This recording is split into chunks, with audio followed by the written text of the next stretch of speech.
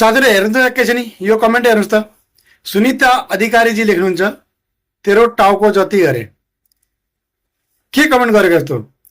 मैले केही दिन पछाडि हैन केही दिन पहिला मैले एउटा फोटो हालेको थिएँ। यो फोटो हालेको थिएँ। यो फोटोमा हालेर मैले सोधेको थिएँ कि एउटा प्यान्ट सुक्नलाई 5 मिनट लाग्छ भने हैन 3वटा प्यान्ट सुक्नलाई कति टाइम लाग्ला, कति समय लाग्ला भनेर मैले चाहिँ यहाँ यो फोटोमा सोधेको थिएँ। सबैले चाहिँ आफ्नो जवाब दिए। ठिकै छ, बरु दिनै छ जवाब भने बरु फनी टाइपले दिनु न केही हैन।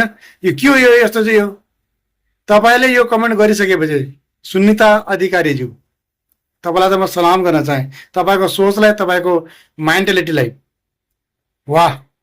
तपाईँ चाहिँ सानो सानो कुरामा तपाईँलाई त रिस उठ्छ भने तपाईँले घर कसरी चलाउनु भएको होला के? घरमा तपाईँ त डेली सधैँ लडाइँ झगडा मात्रै गर्नुहुन्छ क्या हो? दिमागमा नै रिस राखेर अगाडि हिँड्न सकिएला त? ए बाबा, तपाईँलाई ठिक छ कमेन्ट गर्ने मन लाग्दा नगरिदिनुहोस्, तर हेरिदिनुहोस् के। मेरो भ्यू पनि आजकल घटिरहेको छ हैन। भिडियो हेरिदिनुहोस्, सेयर गरिदिनुहोस्, एक अर्कालाई सपोर्ट गर्नुहोस्। यदि कसैले चाहिँ फेसबुकबाट चाहिँ राम्रो आम्दानी गर्न खोजिरहेको छ भने त्यसलाई सपोर्ट गर्नुहोस्। तपाईँ पनि कमाउन चाहनुहुन्छ भने भन्नुहोस्, म पनि कमाउन चाहन्छु, के आइडिया दिनुहोस्, के सिक्न पर्यो, के सिकाइदिनुहोस् भनेर सोध्नुहोस् न। यो टाउको जति हुनाले भनेको के मतलब? यी ल हेर्नुहोस्, मेरो टाउको यी हेर्नुभयो, यी टाउको खुलिरहेछ। अब यहाँबाट लिली बचिया छ, यति यति खुलिसकेको छ। यति जति त तपाईँले यही भन्न खोज्नु भएको? यति जति मेरो टाउको जति यति है? मैले त बुझिनँ तपाईँले के भन्न खोज्नु भएको। तपाईँले आफ्नो संस्कार झल्काउँदै हुनुहुन्छ यस भिडियो यस कमेन्टबाट है।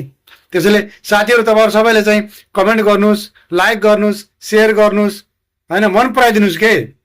मेरो भिडियो, मेरो पोस्टहरूलाई मन पराइदिनुहोस् हैन, हेरिदिनुहोस् र कसरी सपोर्ट गर्ने एक अर्कालाई त्यो कुरा सोध्नुहोस्।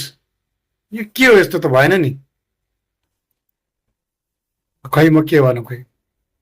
अब तपाईँहरू आफै भन्नुहोस्, म त भन्न सकिनँ। अब म त्यति खालको असभ्य पनि होइन, म त्यो संस्कारमा हुर्किएको मान्छे, त्यस्तो होइन कुसंस्कारमा हुर्किएको मान्छे पनि होइन। मलाई त्यस्तो केही भन्न नै आउँदैन।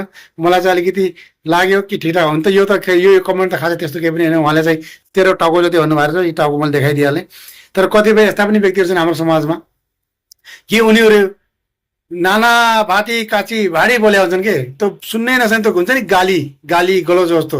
ए बाबा, मैले कसको के बिगारिदिएको छु र मलाई गाली गर्नुहुन्छ? तपाईँहरूको केही त मैले बिगार्दै छैन। तपाईँको गाई भैँसी मैले खोलेर त लखडिदिएको छैन।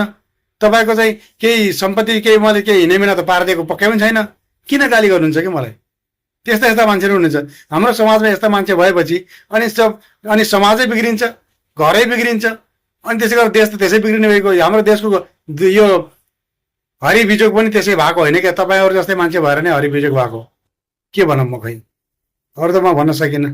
ल ठिक छ, माफ गरिदिया।